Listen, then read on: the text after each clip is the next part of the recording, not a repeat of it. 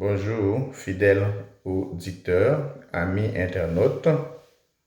On est le dimanche 11 octobre 2020.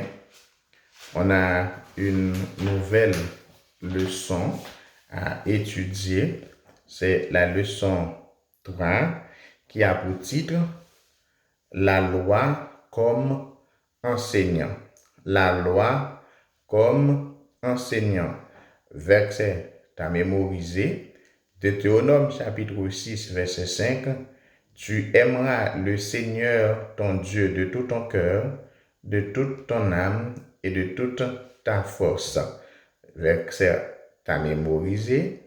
Tu aimeras le Seigneur ton Dieu de tout ton cœur, de toute ton âme et de toute ta force.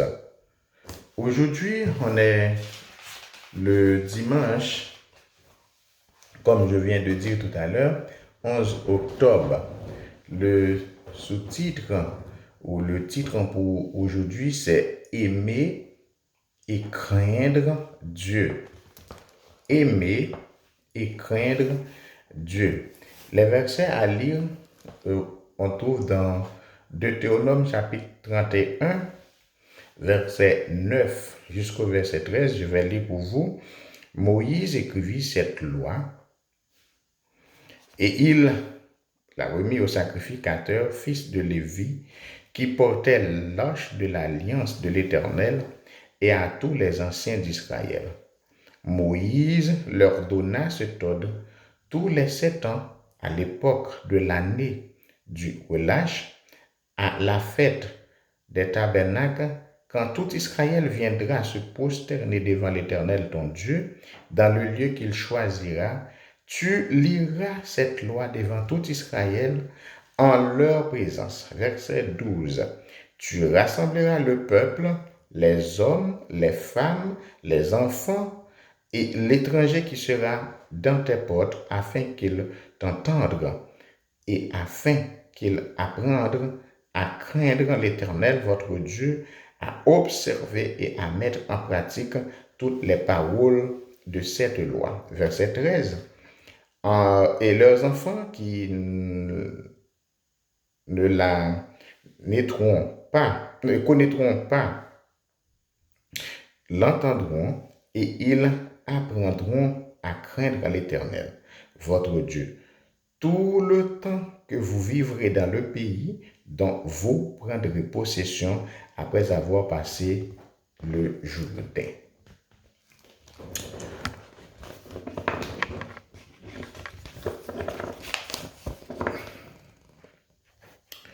Le livre du Deutéronome contient les dernières paroles que Moïse a adressées à Israël devant une nouvelle génération, celle qui allait entrer en terre promise.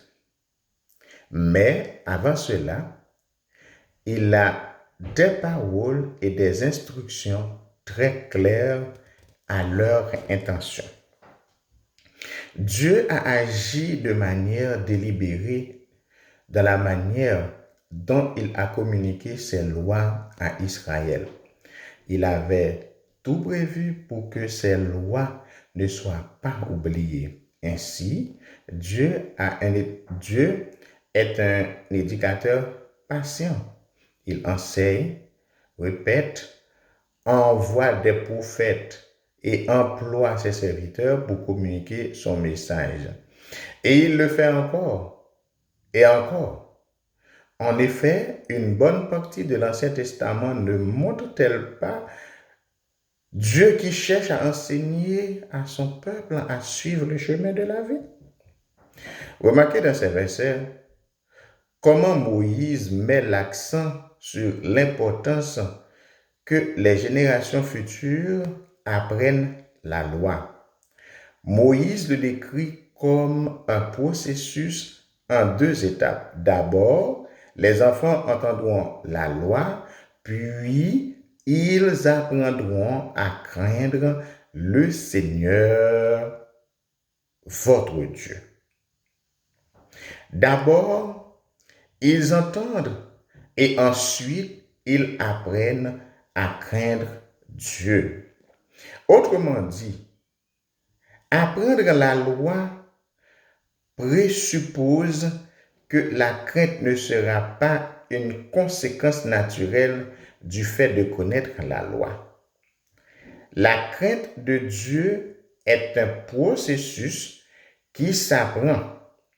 Moïse laisse entendre que la connaissance et la crainte sont un processus et non un lien immédiat de cause à effet. En outre, que signifie craindre Dieu? Quand le peuple entend que tu aimeras le Seigneur ton Dieu de tout ton cœur, de toute ton âme et de toute ta force, on peut peut-être comparer cela à la manière dont un enfant aime et craint un bon père. Un père qui révèle son amour et sa bienséance en disant ce qu'il pense et en pensant ce qu'il dit. Avec un tel père, si vous fautez, vous devrez en effet supporter les conséquences de cette faute. Oui, nous pouvons et nous devons aimer et craindre Dieu en même temps. Ce ne sont pas des idées contradictoires. Plus nous apprenons sur Dieu et plus nous l'aimons à cause de sa bonté. Et pourtant, en même temps, plus nous connaissons Dieu et plus nous pouvons le craindre également, car nous voyons combien il est saint et juste. Combien nous sommes à l'inverse, pécheurs et injustes, et combien ce n'est que par une grâce imméritée que nous ne sommes pas détruits.